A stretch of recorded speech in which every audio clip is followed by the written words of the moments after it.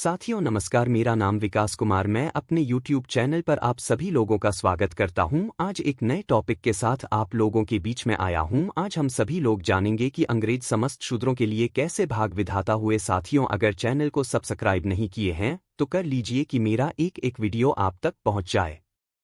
आई video को शुरू से अंत तक देखते हैं। अगर अच्छा लगे तो वीडियो को लाइक, सब्सक्राइब करना और शेयर करना ना भूलें। आई इस वीडियो में जानते हैं जब अंग्रेज पूरे देश में रेलवे लाइन बिछाना शुरू किया। ब्राह्मणों ने हिंदुओं को भड़काना शुरू किया को धरती माता को लोहे के जंजीर से बांध रहे हैं। अधर्म हो जाएंगे और महामारी आ जाएगी। दिन में लाइन बिछाई जाती थी और रात में ब्राह्मणों द्वारा लाइन को उखाड़ दिया जाता था। कहीं कहीं पर तो धार्मिक देवी देवताओं की मंदिर बनाकर लाइन को उखाड़ फेंकता था और रातों रात मंदिर बनवा देते थे। अगर आज भी इसका प्रमाण देखना है तो गाजीपुर, कोलकाता और दिल्ली रोड पर दिलदार नगर जंक्शन पर रातों तो रात मंदिर बनवा दिया था। अंधविश्वास जनता के कारण मंदिर को नहीं हटा पाए थे अंग्रेज, इसलिए ट्रैक को मोड़ना पड़ा। आज भी बीचों बीच मंदिर बनी हुई है। ब्राह्मणों ने रेलवे का विरोध इसलिए किया था कि हम लोग शूद्रों के साथ नहीं बैठ सकते हैं और पृथ्वी पर बहुत बड़ा अधर्म हो जाएगा। ब्राह्मणों का मानना था कि ट्रेन का स्पेशल बोगी और उसका भी ऊंचा सेट बनाना पड़ेगा, तभी हिंदू धर्म तभी बचेगा। ब्राह्मणों के विरोध में अंग्रेजों ने इसका शुरुआत किया। एक नरबली जो शूद्रों की दी जाती थी। इसे रोकने के लिए अंग्रेजों ने 1830 में एक कानून बनाया था। सन 1919 में 2 ब्राह्मणों को जज बनने पर रोक लगा दी थी। अंग्रेजों ने कहा था कि इनका चरित्र न्यायिक नहीं होता है। ब्राह्मणों का 100% शासन व्यवस्था में था। अंग्रेजों ने उन्हें 2.5% पर लाकर खड़ा कर दिया था। ब्राह्मणों को संपत्ति का अधिकार अधिनियम 11 के तहत शूद्रों का यह अधिकार दिया। देवदासी का प्रथा अंग्रेजों ने ही रोक लगा।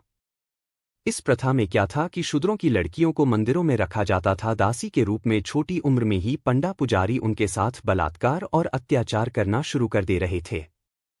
उनसे जो बच्चा पैदा होता था उसे हरिजन का नाम देते थे कि हरि का जन है। नववधू शुद्धिकरण प्रथा, इस प्रथा में यह होता था कि ब्राह्मण लोग 3 दिन कन्याओं को अपने पास रखते थे और उसके बाद उनका शादी के लिए भेजा जाता था। साथियों, यह कहने में बहुत दुख होता है कि ब्राह्मणों ने शूद्रों के साथ बहुत ही शोषण किया है। देश में ऐसी कुप्रथाएं चल रही थी जिन्हें अंग्रेजों ने रोक लगाई। दलितों का भगवान बनने में अंग्रेजों की भूमिका एक जटिल ऐतिहासिक प्रक्रिया का हिस्सा थी, जिसमें औपनिवेशिक नीतियों, सामाजिक सुधारों और दलित नेताओं के प्रयासों का योगदान था। ब्रिटिश शासन के दौरान भारतीय समाज में कई बदलाव हुए, जिनमें से कुछ ने दलित समुदायों को उनके अधिकारों के लिए जागरूक और संगठित किया। अंग्रेजों ने भारतीय समाज के जातिगत ढांचे को समझा और इसे अपने लाभ के लिए इस्तेमाल किया। उन्होंने सामाजिक सुधारों की प्रक्रिया में दलितों को शिक्षा और सरकारी नौकरियों में अवसर देने की नीतियां बनाई।